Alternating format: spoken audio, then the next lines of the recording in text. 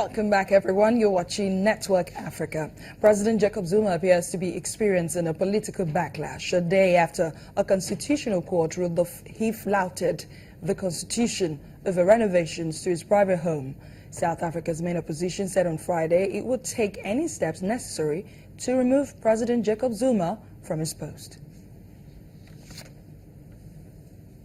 This is a great day for the public protector as an institution, but it is a great day for South Africa, because what we are seeing, this has not been about personalities.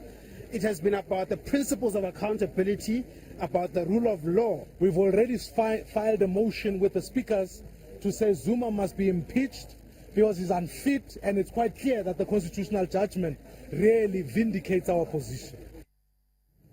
Two former senior Rwandan military officers have been sentenced to up to 21 years in jail on charges of inciting the public to cause an insurrection and links with exiled critics of President Paul Kagame.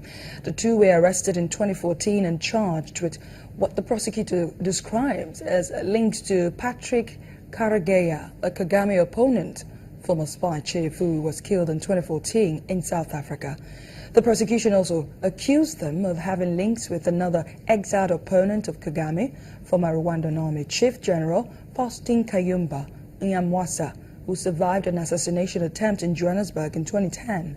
The military court in Kigali handed Colonel Tom Babagamba, who once served as the head of Kagame's security details, 21 years in jail and 20 years, to Frank Kayambo Ruzagara, a retired brigadier general. Ruzagara and Babagamba denied the charges throughout the trial, and they said they plan to appeal against the sentences. It's day 2 of the Nuclear Security Summit in Washington, involving leaders from more than 50 countries. Nigeria's President Muhammadu Buhari is also attending. On the sidelines of the 2-day meeting, President Buhari met with U.S. Secretary of State John Kerry, where they agreed to establish working groups focused on strengthening security cooperation and economy, and also tackling corruption after day-long talks at the State Department.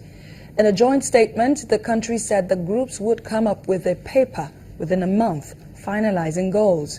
The meetings on Wednesday were launched by Kerry and Nigerian Foreign Minister Geoffrey Onyema, who both acknowledged security challenges posed by Boko Haram militants in the northeast and neighboring countries, as well as tough economic times caused by a drop in oil prices. Let's get the latest from Washington, D.C., where our correspondent Chukuma Onwekusi is standing by from the venue of the summit. Thank you for joining us on Network Africa.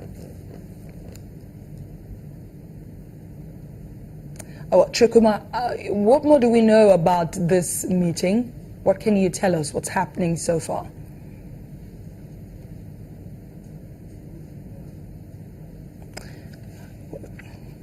We'll try to reconnect to Chukuma Onwekusi as soon as we can. Let's take a break on Network Africa. When we come back, did you know that limited availability of high-capacity domestic fiber optic backbone network in Nigeria is one of the factors underlying the limited growth of broadband in the country?